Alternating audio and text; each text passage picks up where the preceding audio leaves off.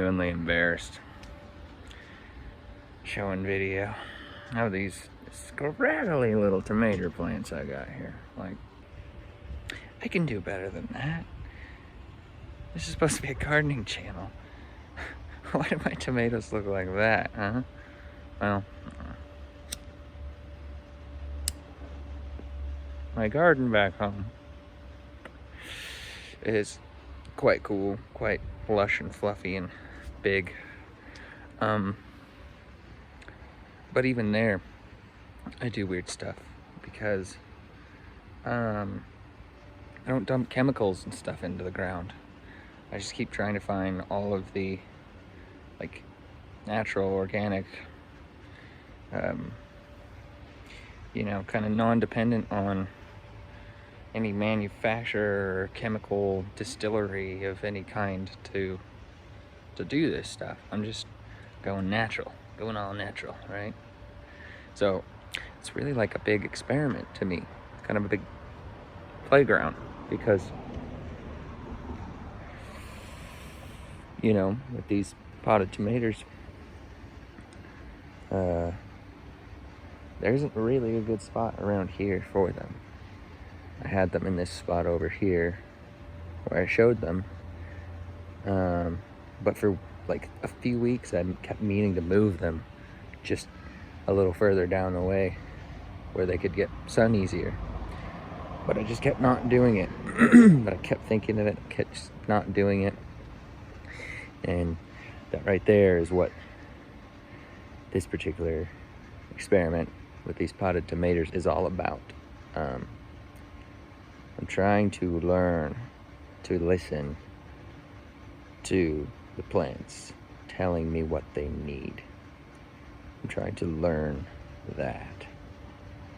I've heard some pretty far out stories about how far you can go with that and how it's really can get quite trippy, but I'm just trying to get really in tune, you know, and spend more time with my plants. Just like all my other therapy and other practices, I kind of fell off of that a lot too this year. So having me a couple of tomatoes here, it's just kind of, it's supposed to give me something to love on a little bit and take care of. I just need to spend more time doing it. Poor little guys were a little peaked and neglected. Bet that was fun for you. She gives him love hearts. Oh, let's have a little snuggle person saying. See if that's worthy a bit of goss. Then Liddy, good to see you, love. DJ Diner. So let me ask you guys, did you have a dog book name? Oh, I don't know. Did you enjoy tonight's show? Did you laugh?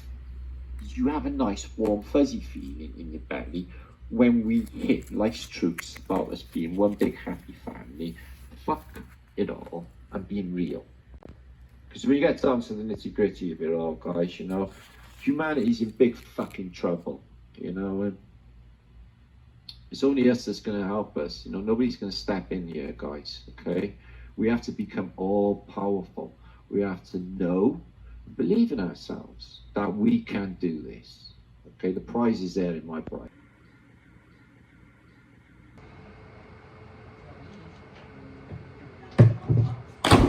You've got to be kidding me. How does a drop of water find the stop button? All right. Nikola Tesla said many things, but he left us a riddle.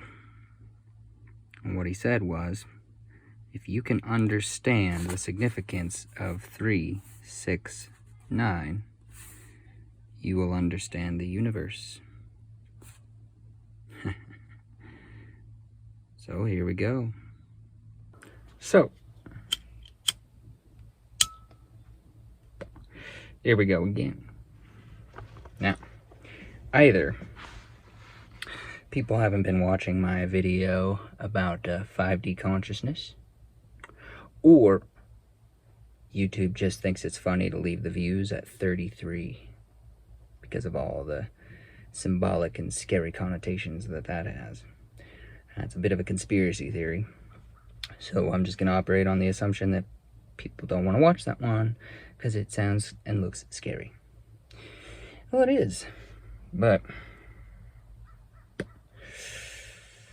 just because it's scary don't mean that you don't have to look at it to see the rest of what I'm talking about. So here's a little recap. So my video about mind control was an overview of the mechanisms by which minds can be controlled. And it's called functional logic, or programming logic, or classical sentence logic. And it's all about how to flow voltage through circuits, through coding, through programming, switching, and creating ladder diagrams of logic that allow the system to function towards specific aims. And I talked about how the classical sentence logic structures are exactly the same. How if you are trying to mess with people's heads and program them and all that, well, you just have to understand how to channel electricity, because thoughts are electricity. Your little synapses and your neurons and all that. Yeah, that's arcing and sparking and crackling electricity. So if one understands that, and understands that the logic is the same for electricity and for brains, then they can do all kinds of shit to mess up your head. And so then I talked about the dimensions of thought, right? Now we have 1D, and 2D, and 3D, and 4D, and then we have 5D, which is the dimension of duality, and it's basically the pinnacle that a dark soul can go in terms of dimensional travel or dimensional hierarchy. And I talk about how 5D is important, but it's also a stepping stone dimension because it's tied to the 5 senses, which are the lower senses. There's at least 2 more. Go watch the 5D consciousness video to get deep into that. Go watch the mind control video to understand how binary logic is used to control your brain. How binary logic is used to control your brain waves, your thoughts, your thought patterns, right? They're all diagrammed out by the quote-unquote controllers. Yeah? They have piles and piles and piles of ladder diagrams, truth tables on us. And all they have to do to mess with us is to twist things around just a little bit in a few different places. And we do the rest of the work when it comes to mind control and spreading bullshit and propaganda. It's designed such that we do most of it automatically. They don't really hardly have to do anything. So this video is about how to escape that. The way I see it is because manipulation of our electricity is how it's all pulled on us.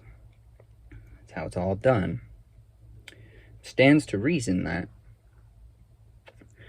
we got to get a little bit of a grasp on how electricity works if we want to keep it from being used against us, all right? It doesn't work to not look at something because it scares you to keep it from being used against you. Things can only be used against you when you don't understand them. When you don't properly interpret what's going on. So, knowledge is power. And power is electromagnetic. So, we're going to talk about it through that lens. All right, how the meat suit works. We have got to understand electricity and how it is a part of us to understand what the heck's going on in the world. So, we have batteries. Pretty much everybody has seen a battery, right? Crystals. Pretty much everybody has seen a crystal and a pair of pliers. Well, the piezo crystal effect is what you get when you smash on a crystal and it emits electrons, right? Batteries store said quote-unquote electrons or voltage, energy, towards a later use, right? Well, in the body, we have bones and we have muscles. Now, bones are essentially crystalline and are used as piezoelectric crystals when the muscles smash on them, like in exercise, right, or work. Now, we have that piezoelectric effect going on between these two things, and then we also have the fact that the muscles store piezoelectric current, right? So we have pliers and battery combined, and we have crystal, okay? Smash on the crystal and store the energy, we have electricity, right? So what we basically talked about is how direct current batteries work, how direct current electricity works, right? Your negative terminal on your car battery sends the voltage out. Your positive terminal on the battery pulls it in. In the body, we have alkaline, negative polarity, acidic, positive polarity. Alkalinity and acidity work together to channel voltage around the body, and the way we measure this and talk about this is called pH balance, okay? Alkaline versus acidic balance. This has to do with having a balanced current flow and not being too acidic, which ends in death. I don't know about alkaline. There's a lot of theories. The jury's still out. So, direct current. It's going one direction. Out and back in. Out and back in. Okay? This is that binary logic, that binary code, directional logic, zeros and ones, truth tables.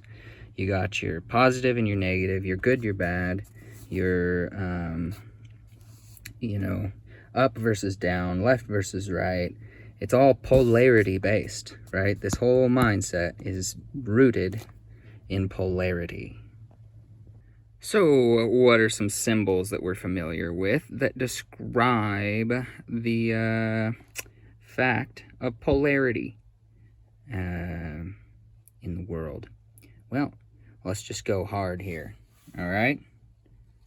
We have negative polarity, spins to the right, right? That's what this symbol is. It's a right-hand spin, alkaline, electron donor, electron sender.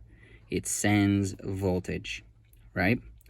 Then we have the positive side, the acidic or the taker, the receiver, the stealer of the electrons, the leftward spin. This is your classic left versus right mentality, which equals battery circuit flow. Another way to look at batteries is simply to arrange the symbols this way, right? Electron sender, electron stealer, okay? So, we have our alkaline and our acidic, our sender and our taker, right? What do we see? How do we see this represented in the current times in our neuro-linguistic visual programming? Well, we have the left-hand spin, the taker, the stealer of the voltage, represented by these people, okay? You see the directionality, the polarity, the leftward polarity of their symbolism. They even call themselves left, okay?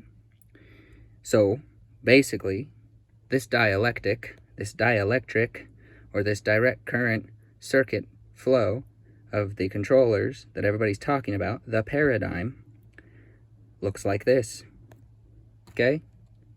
They work together. They're part of the same circuit. They're on the same team. They may not know it, but that's how it fucking works. Okay? Now, whew, dark, scary, for sure. Back to the body.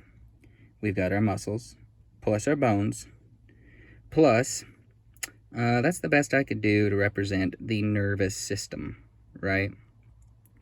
Well, we have two different circuits for the nervous system. We have the, what is it called? The perineural central nervous system. You know, the main nervous system. And then we have what's called the fascia.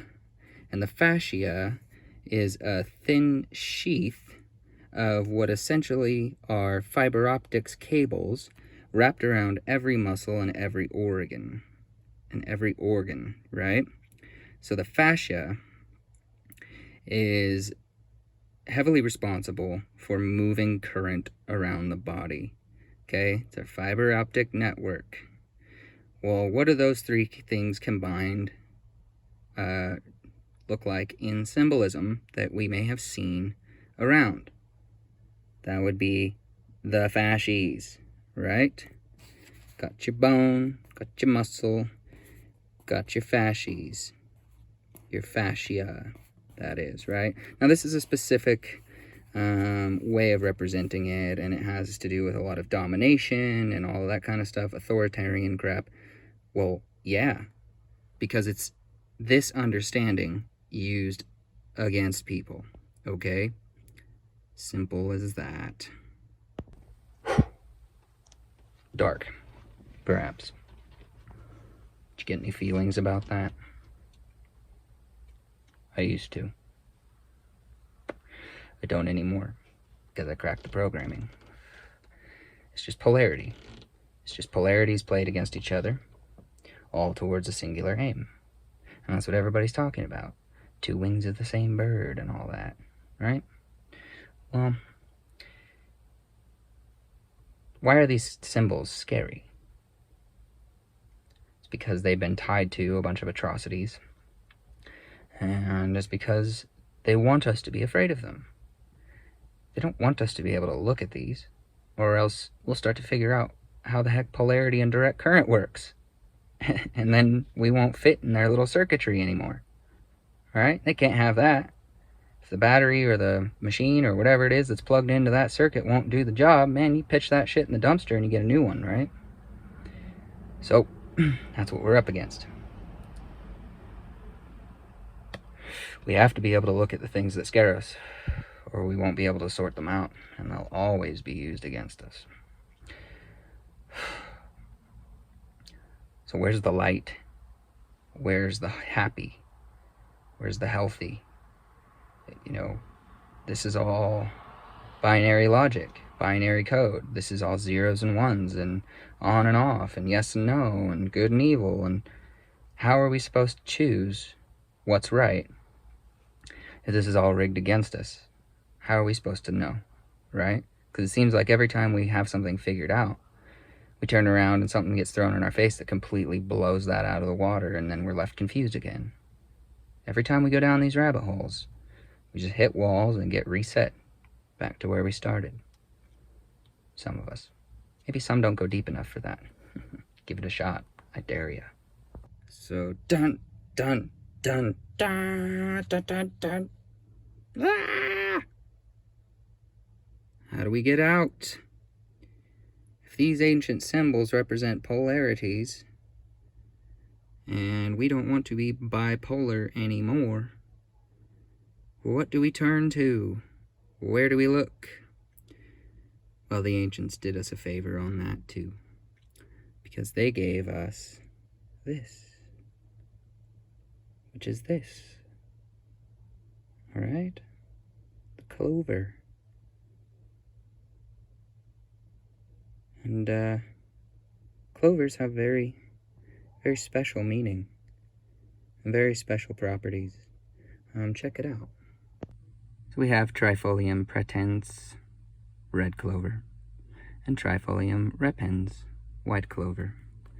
Now, I showed this in one of my garden videos. That's why those are still extremely important to the series. You gotta watch everything or you're not gonna catch it in its fullness. But the red clover, it has these very sharp white lines on it that across the 3 leaves make a perfect and very sharp and aggressive triangle. But the white clover, they're rounded. They're more like a clover within a clover, right? And it's interesting because those patternings tend to correlate with the effects that the 2 different clovers have in the body. I'll leave it up to you to do the research, but basically these tend to be more like lower, you know, digestive, reproductive, and these effects tend to be a little more holistic, all right? So beware with herbalism. You gotta know what you're doing. So study it. Anyways, back to the pretty little clovers. Well, there's symbols that have always been tied to and related to this shape culturally, right? Here's another one of those symbols. You might even be more familiar with this one than the other little swirly bit. But they both come from the same place, or the same people, the same mentality, the same culture. That culture can be found literally all over the world, just like that can be. It's everywhere. But, what is this? Well, clover equals this, which is coincidentally, actually not coincidence, it is the pattern that a theoretical alternating current motor does, right? If you were to follow that and you knew something about the right-hand rule or not, if you looked at an animation of this, you'd see that because of the direction, the polarity changes 3 times per revolution, right? If it was spinning, if the spindle was spinning following this pattern. Whereas with direct current, it hammers one way or it hammers the other way. And if you just flip the direction without slowing it down first to spin it back up the other way, it'll melt down, arc and spark and explode, right? And you may have seen that in people when perhaps you bring up an unpopular opinion or an oppositional opinion, right? And it grinds their gears and it makes them melt down and explode. Well, this kind of motor generator, alternating current, won't do that. You can change the direction of the motor on one of these and it doesn't even phase it. It's already changing polarity 3 times per revolution. And if you watch an animation of this, it's wild. It literally just turns the other way, keeps flowing, and just finds the path the other direction. It doesn't care. It doesn't care about polarity because it's already solved the issue of bipolarity, right? So this symbol is this symbol is this symbol, and this symbol is this symbol. 369. Okay? These 2 symbols joined together is this symbol, the seed of life. Okay? You see that? See how it's one of them? 2 of them joined together, the seed of life.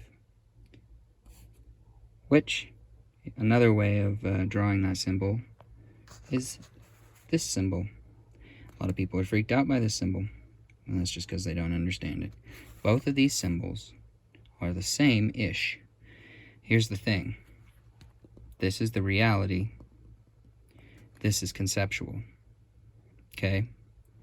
Now, the way to think about this is, in nature, everything's is curves and circles, right? That's the reality. What man does is starts drawing lines between things, direct lines, and creating whole rabbit holes of thought and new shapes, right? So reality, concept, seed of life, is actually, by all accounts, that's actually what an atom looks like, right? Down deepest you can look with a microscope or a camera or whatever, that's what you're gonna find. That's what this universe is made of. Both those things are descriptions as well as electromagnetic fields, or the toroids, magnet stuff, you know. That's catching on. A lot of us have seen that. So how does all of this craziness look in the body? Well, we got our battery legs, and we've got our gut feeling, and we've got our battery arms, and then we have our heart, our lower torus, and we have our brain, our upper torus, right? As you can see, they are separate. They are not forming that shape. They're separated, okay? Now, there's ancient symbols like this in Egypt, right? And it has to do with how it seems to be that by default, our bodies are set up such that our left hand is the positive terminal and our right hand is the negative terminal. And that's why you see this when people pray, or all kinds of different expressions of this. You'll actually find that there's this polarity being represented, this holding the right hand up to send energy, holding the left hand down to take energy. You can imagine like what would happen if you were to change the focus, if you were to, and interestingly, this is a right hand spin, right? When you're looking at it from this angle, but that's polarity for you. Imagine if you were to flip it the other way, that would be that left hand spin, and it would be to put the, it would be to focus on the taking, right, rather than the giving. So it would be to change the whole relationship to the polarity.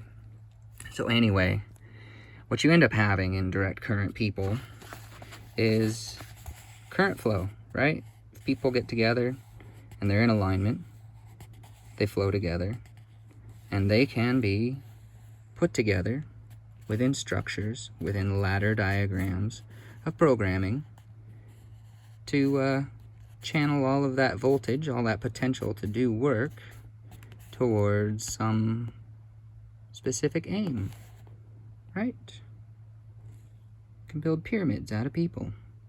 And what's crazy is you can't even see those pyramids because they're all in your mind. Anyway, so Taurus equals Tesla 369 because, see, 369, in the 369, the 369 is representative of the magnetic pulse, right? It's blasting down. If you watch an animation, it literally looks like your heartbeat. Pump, pump, pump, pump, pump, pump.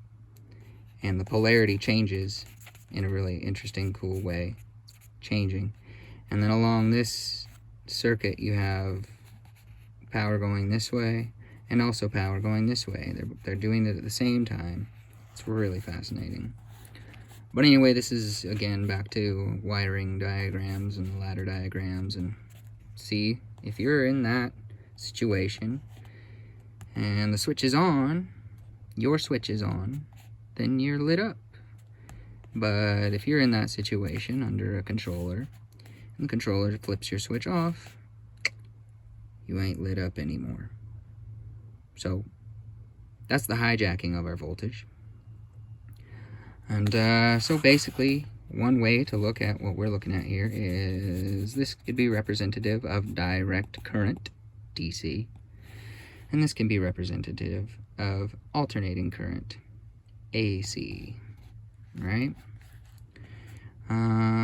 So basically, the dielectricity is often represented by black, and magnetism, often represented by white.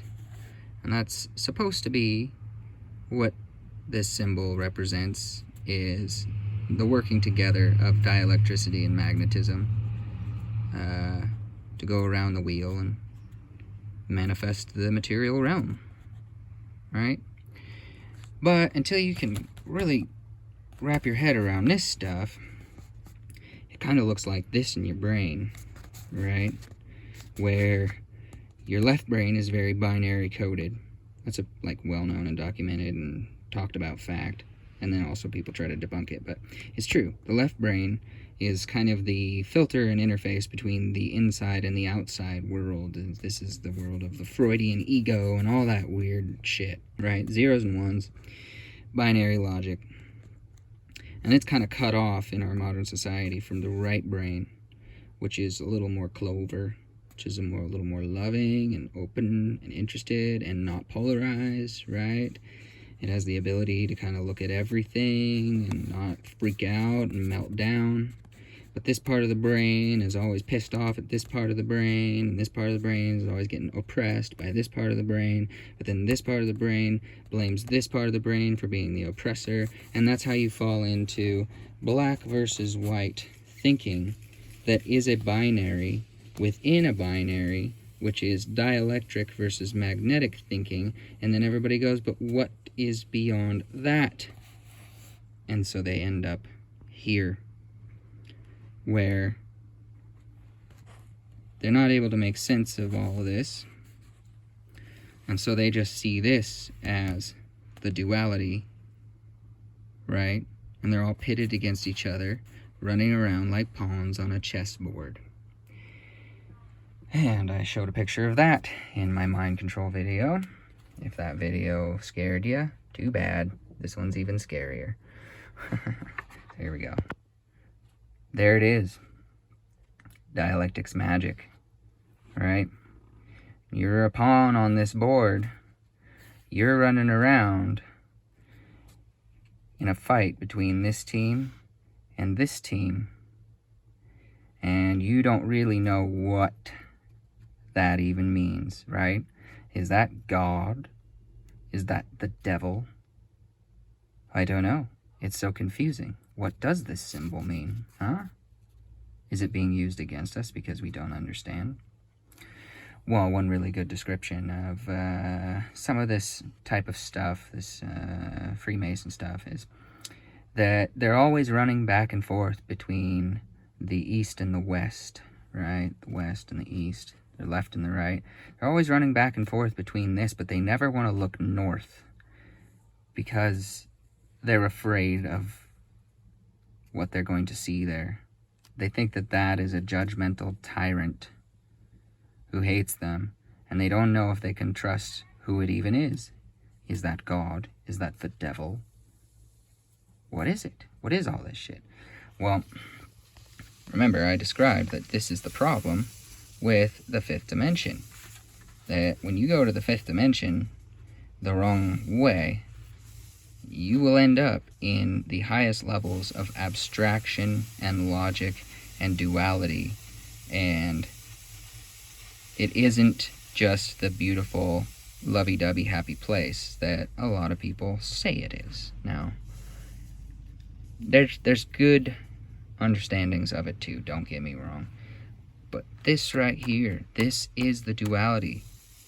We've been living in a 5D world. It's just that most people have understood 5D this way and not understood the other way that it works. So enough of that. Let's look at that as kind of applied to the human body.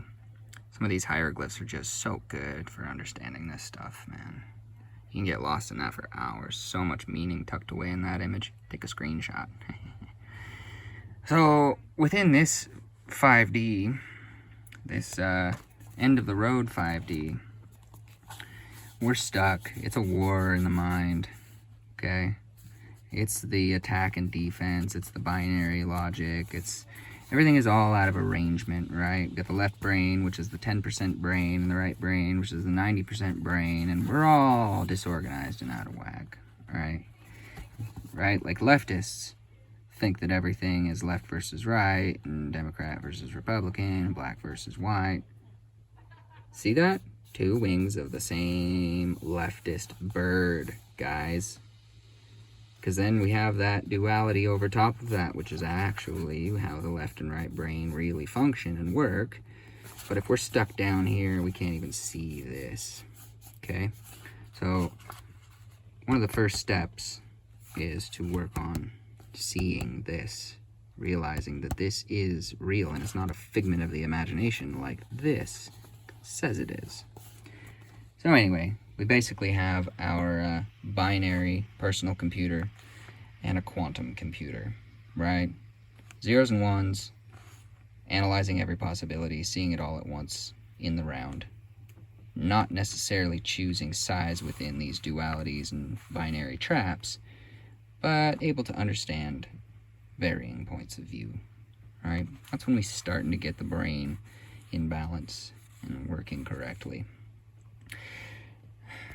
But there's more to it. So where do we go from here? Well, the body arrangement, right? We got our heart field and our head field.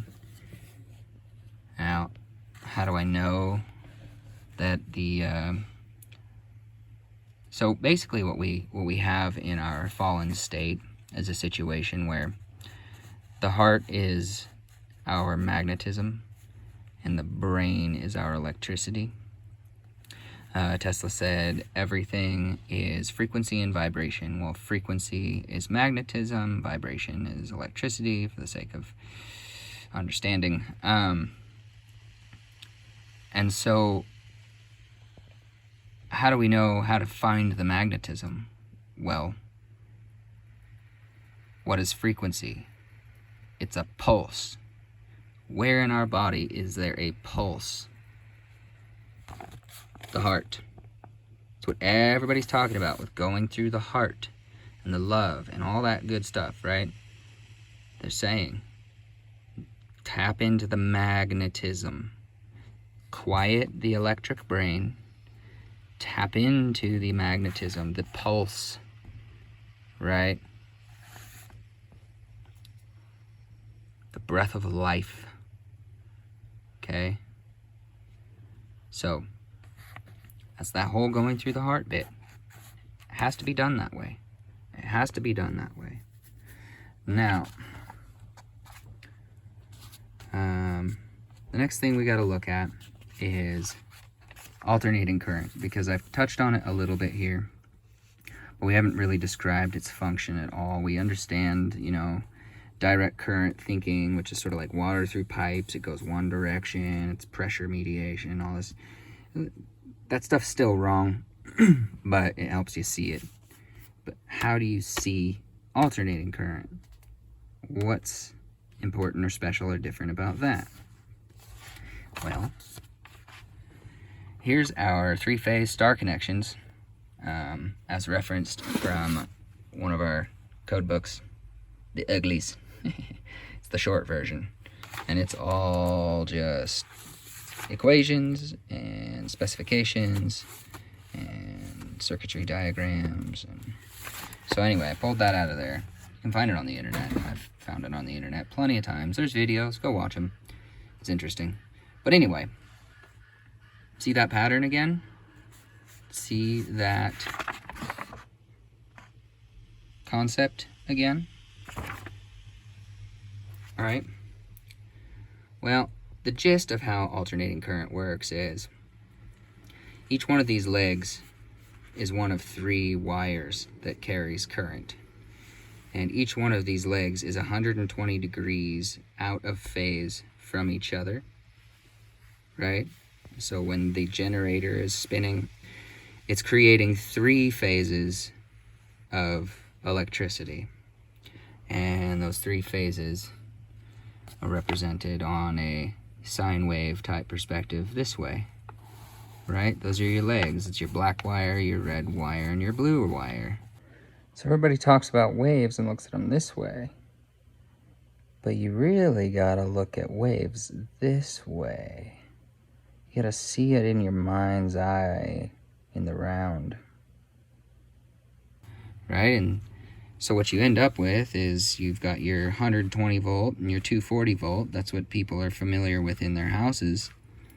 We're not using all three legs of AC in the technology up to this point. Some stuff does, industrial stuff, you know, some high performance, high efficiency stuff does, but you know, we're all sitting here like our houses are 120 volt, you know, and our like stoves and water heaters and stuff are like 240. And you get into like the ground wire and the neutral wire.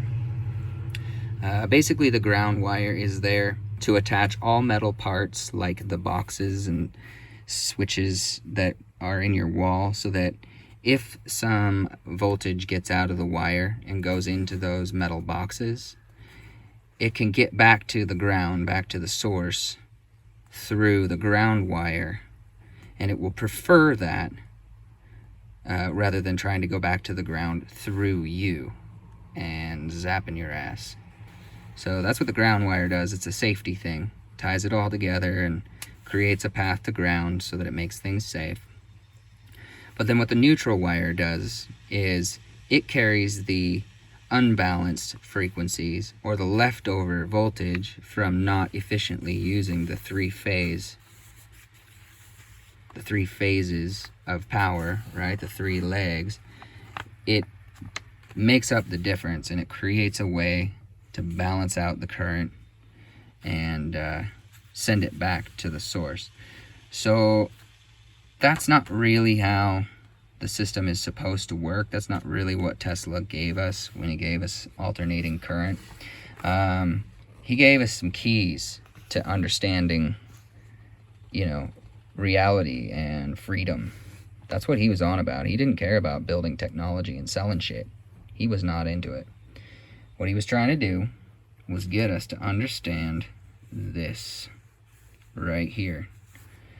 And basically these days, without going too much deeper while looking at the book, I'll maybe pull up some wires later to show this.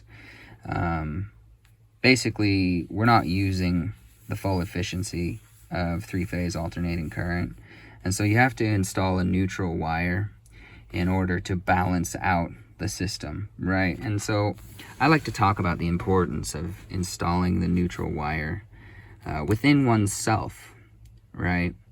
And you know, it's conceptual. So what do I mean when I say, hey, you got to install the neutral if you want to be unfazed, right? You know, when trolls are attacking me and my friends and trying to make everybody melt down and arc and spark because they're flipping the switch back and forth and hammering people's direct current around, right? And frying their brains and their energy, lowering their vibration and all that. Well, I often say, like, hey, you got to get the neutral wire. People are like, how do you do that? And it's like, well, think about it. What does the word neutral mean to you? You know? People think, you know, not choosing sides. Sure. It's not really how I look at it. The way I look at it is it's a process of balancing the current flow going on around me, because so many people are caught up in these dualities, right? And the reactions, the gut reactions, the triggers, the fight or flight, you know, the cortisol and the reactionary stuff, you know. People get pissed off.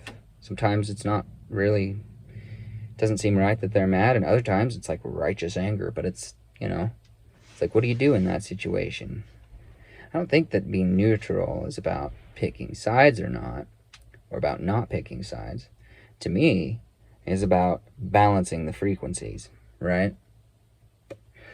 It's about thinking about it like this. Someone's shooting a lightning bolt at you. You'll take that lightning bolt in, you clean out the discordant frequencies, you balance it out, you send the imbalances to ground, to the earth, to the source, right? You clean that energy, and then you shoot it back, right? That left and right hand thing, and polarities, and alternating current, right? Basically, the way I picture it is, in this modern society, we've all kind of been programmed to have a direct current type of spindle in our gut, or that crooked cross shape, right? Like, that's our gut. It goes one way or the other, and that's what gut feeling is. That's why you can trust your gut, because it will turn your gut the wrong way when you hear something that rings false, right? Or doesn't ring true. You're like, that turned my gut. I don't think that's right. Right? Well, that's that polarity, right? Well, the way I look at it is, if in your center you can instead attempt to install alternating current, right? The 3 phases, the clover leaf, right? That pattern that changes polarity 3 times per revolution anyway, there isn't anything that comes your way that is particularly troubling. You know, you're not having your switches flipped one way or the other, because you're running clean, high efficiency, and you're transcending polarity, right? Polarity is all a matter of perspective. This is why, so many people don't understand these symbols and their significance and everything. It's polarity has to have an observer for it to even exist. Sounds a little bit like some quantum theory crap. It's because this is where they got that. I'm pretty dang sure of it. It's the fact that you have to observe polarity to see polarity, because, like, we're facing each other and we're thinking left and right, like, you know, this is my right, this is my left, and you know, if I'm waving my hand this way, from my angle it looks like I'm spinning right, but from your angle it looks like it's spinning left, doesn't it? It's polarity. It's relative. That's why the polarity is determined by the viewer. The old electron spin thing, right? These quantum frickin' physicist high priests of frickin' twisted logic, I swear, they get all their ideas from this stuff, and then they just go garble it up with a bunch of nonsense so that it sends you in the wrong direction. It makes you start wanting to think you need an electron microscope or something to be able to measure the polarity and figure it out for yourself. It's like, no. Just observe polarity. You observe polarities long enough, you'll realize that polarity is all a matter of perspective. So anyway, forget that DC, one-directional, you know, highly volatile voltage pattern.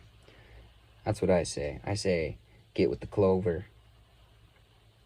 You know, get with this trinity, this tri-force, right? Let's have another look at the Tesla 369. Boom. Father, Mother, Son. I don't know for sure if that's the Holy Spirit or if the Holy Spirit is the Mother. I'm not sure. You know, we've heard so many different ways of this being presented. This is how I'm seeing it in my mind's eye. But this is the essence of the Tesla code, the 369. 9's the Father, 3 is the Mother, 6 is the Son, right? 2 legs of the magnetic pulse coming from the source, right? That's the Trinity. Tesla made sure to make that clear enough. And I That's what ties into the allegories, the scriptures, all of that esoteric knowledge. The old temples and books and stuff, they're maps of the endocrine system, of the nervous system, of the body electric. They're body electric texts, right? They're all electromagnetic field work texts. They're all about how to arrange your electromagnetic field. So, how do we do this? How do we get out of this world of duality, this binary logic, this binary code, and having it used against us and all that? How do we get out of that? Well, like I said, there's a whole bunch of really ancient literature on how to do that. But thanks to the mind control of the twisters, they've got it set up so that a bunch of those things are triggers for us. So when we hear those names or we hear that title of that book, we go, no, I got nothing but bad memories and trauma associated with that. And then we're not able to look at it. And then we have this weird hatred/fear of it. Right? It's not cool, man. It's a horrible, horrible misuse of the sacred texts. It's got people completely bent out of shape. And, got to put it back together.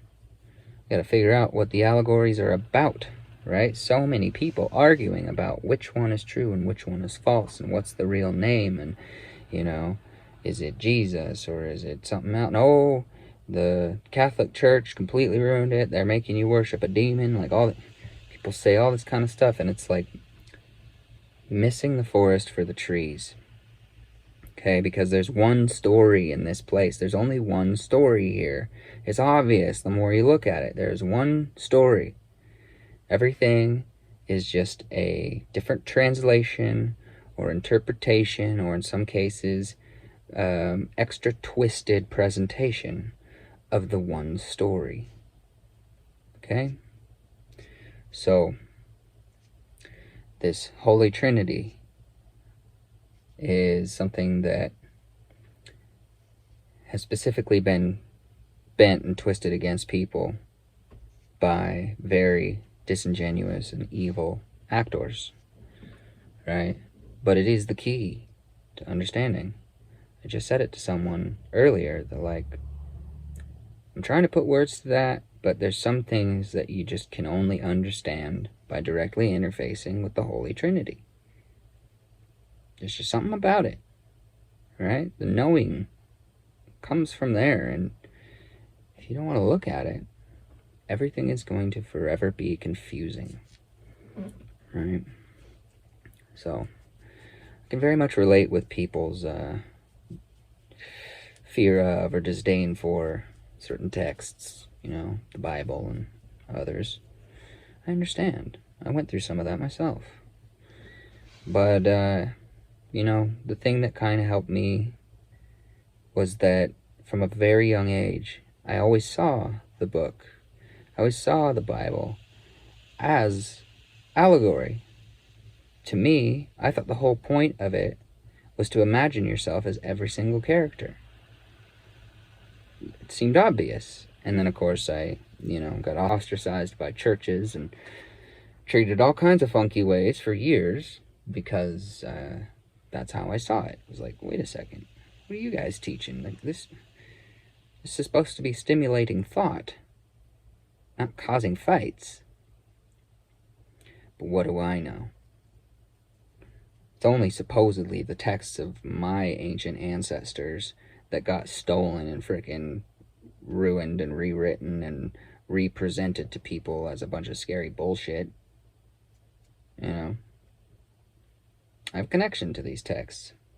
I see the world from a completely different angle and perspective. The whole history of the world and everything. Tartaria and resets. I see it differently. The consistent thread of my people throughout the story is that we've always been craftspeople, skilled tradesmen, builders, designers, you know, musicians, and writers, right? Traders, trading with other people, trading items, trading culture, marrying in with each other, you know, appreciating everybody. Diversity. Everyone wants to talk about diversity. Man, I'm telling you, my tribe is the most diverse tribe on earth. We are literally in every land. A lot of us have forgotten that, and that creates quite a problem. But fact is, our motherland got stolen from us. But for us, it's more about the people than it is the patch of dirt. And so we are everybody and everybody is we. We're just kind of trying to get people to wake up to that fact. And maybe it'll happen, maybe it won't. Yeah, it's happening. We're seeing it for sure. Anyway, let's try to get this concept wrapped up. I'm starting to burn out. It always happens doing these videos. It's a lot. It takes a lot out of me. So, what do we have? We have the figure 8. Everybody's familiar with the figure 8. The two worlds, you know, the upper and lower realms, the heart space, the head space. There's something really interesting about this. You know, I was inspired to do this upside down by the fact that I had done this way, which was inspired by the fact that in everything I find, the ventricles of the brain show as sort of that geometry. So I just followed the geometry and was like, well, I don't know if that's entirely correct, but seems like it could be, you know. I'm not sure how this is supposed to align, but I just kept following the geometries, you know. I'm not doing math calculations on this shit. I'm finding this stuff with a compass and a straight edge. And that's something to think about. And you can figure all of this out with a compass and a straight edge. Maybe that's why the, you know, powers that be try to freak us out about that symbol that's, you know, a compass and a square. Because that's about all it takes to figure it all out. But I put it upside down, right?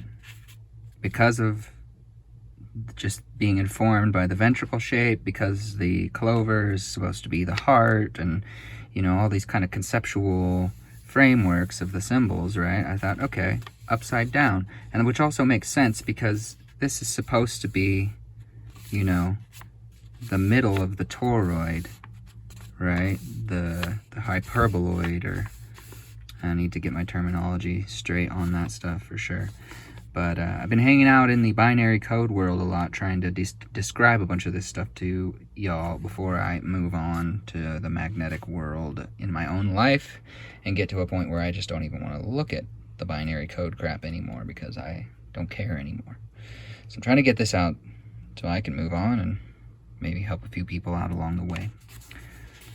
So we got our 369 upright and our 369 upside down. Think about it. Think about if you were living not so connected to your heart in your way of life and you were just in the mind.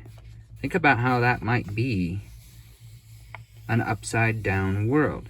Think about how people talk about our world. Like we're living in the upside down world. Oh no. Whoa. That reminds me of this. Looks like the upside down world to me.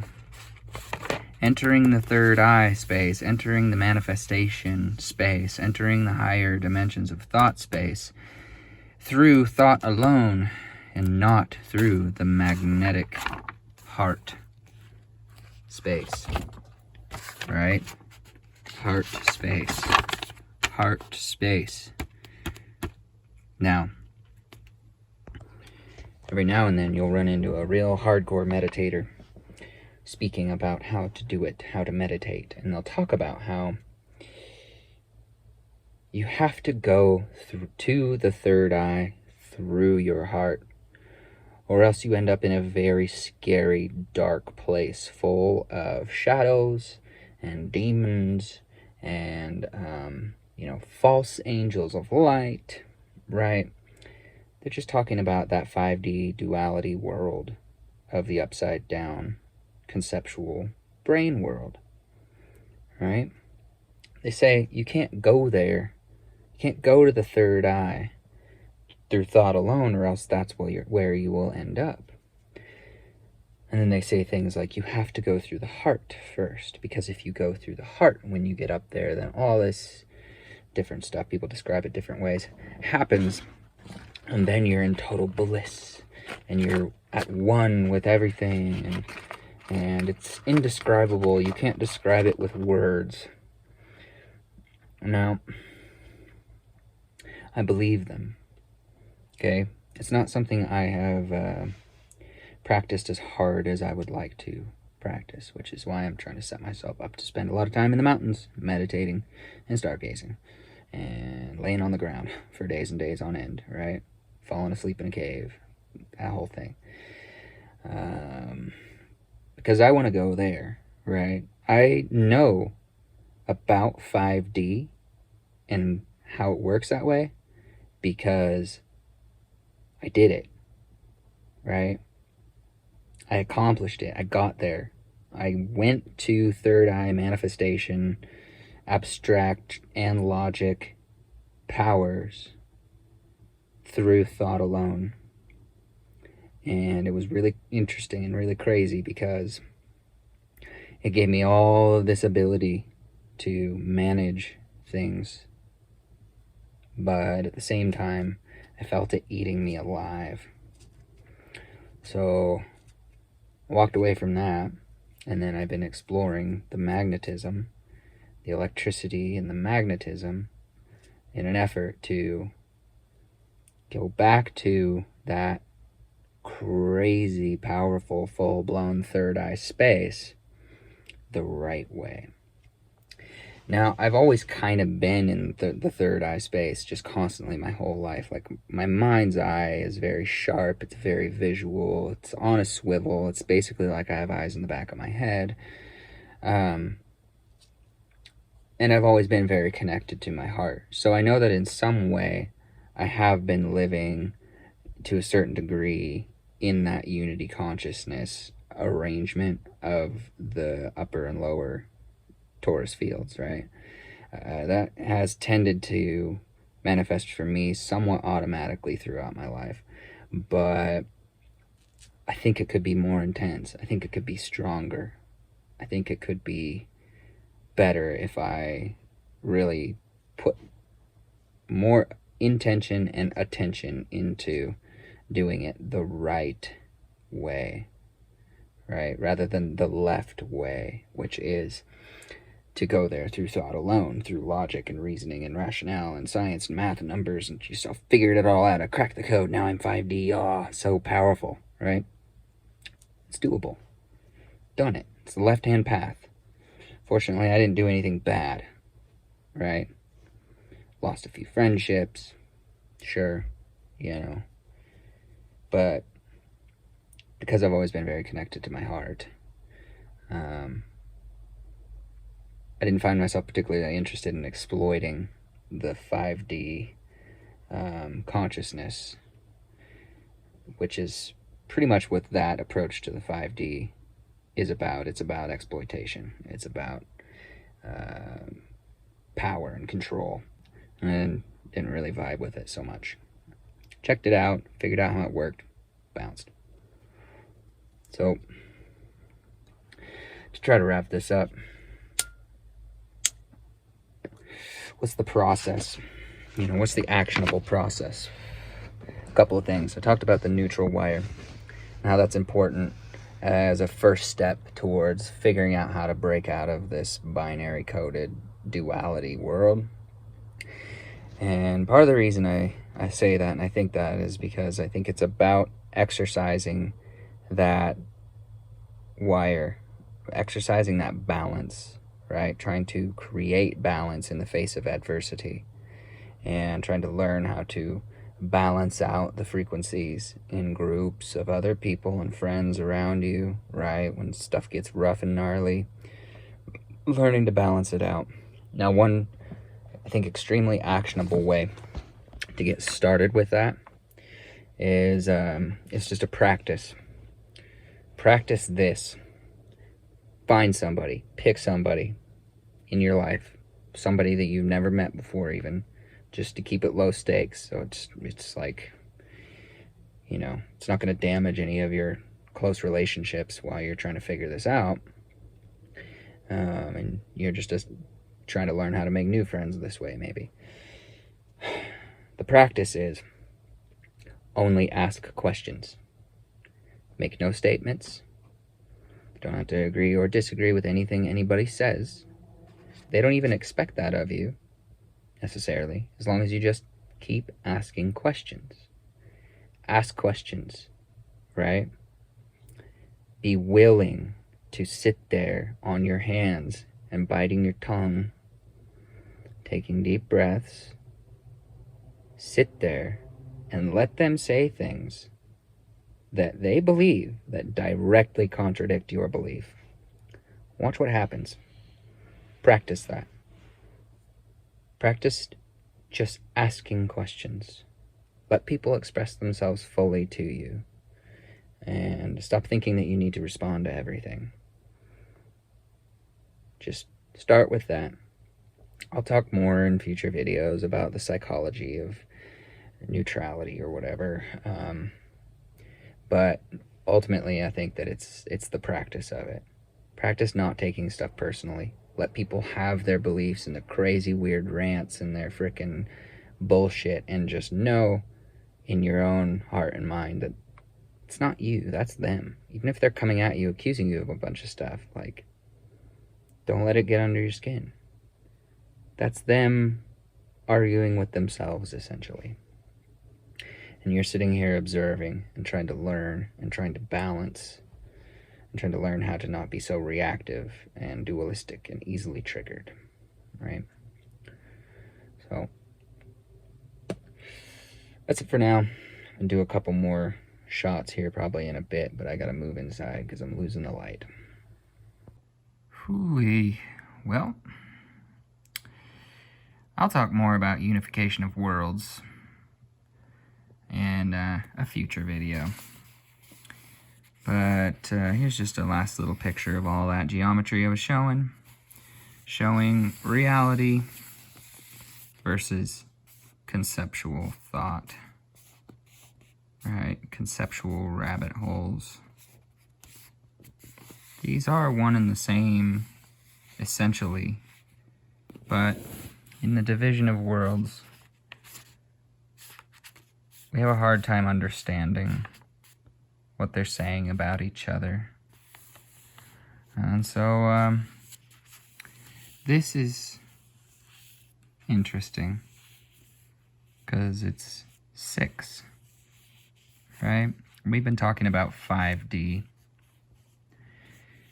Well, when I do another video on this subject, I'll get into 6D and how that's actually what this ascension and this awakening is about. It's not about 5D. 5D is the war. 5D is the duality to end dualities or whatever. The war for unification. 6D is where it's at. I'll get to that another time. But for now, back to what's really important in my life. I gotta figure out how to make them tomatoes grow better. And I gotta stop slacking. Spending so much time on these videos, I ain't doing my gardening. Well, guys, that does it. A little over a year ago, the Most High frickin' raptured me and spent a whole bunch of time hanging out with me, talking to me, telling me about things. And the Most High told me to make these videos. And I said, how? and he said, "You'll figure it out." I'm paraphrasing. And so, for the last year, as much as my growth in life has been just leaning so hard towards the magnetic, you know, all the gardening and the chickens and the kitty cats and the snakes and just all this good stuff, you know, building fields, learning how to do that. As much as that's where my daily focus has been, I was tasked with explaining the duality. And I'm a very method actor, right? I've done a lot of filmmaking, okay? I've been the director of photography filming it, and I've been the dude in front of the camera being filmed. I know both sides of that. Anyway, method is this idea that, like, well, if you're supposed to smoke cigarettes in a movie, you gotta really know how to actually smoke cigarettes. And on top of that, you gotta know how to flick your cigarettes right out your pack and into your mouth, right? Or else it's not gonna look real. Because it won't be real. Because if your method has to be real to look real, you gotta be immersed in it. So, anyway, I'm not playing pretend, but what I am doing is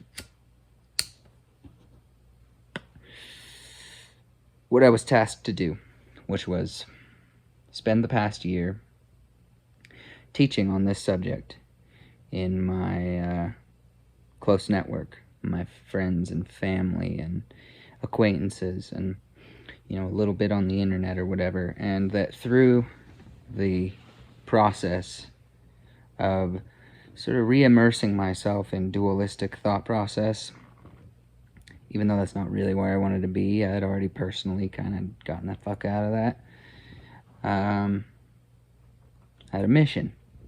So in order to do that, I needed to spend a whole bunch of time just locked in to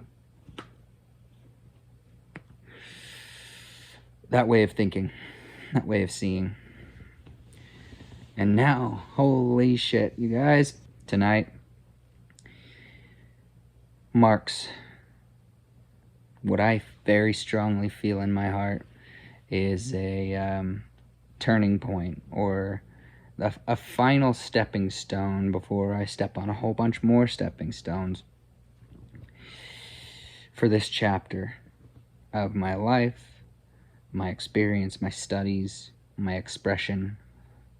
I've waded through the scary stuff, and I've gotten the neutral going so that I'm unfazed by any of this bullshit. But there's still a bunch of work to do. I still need to clean up my diet more.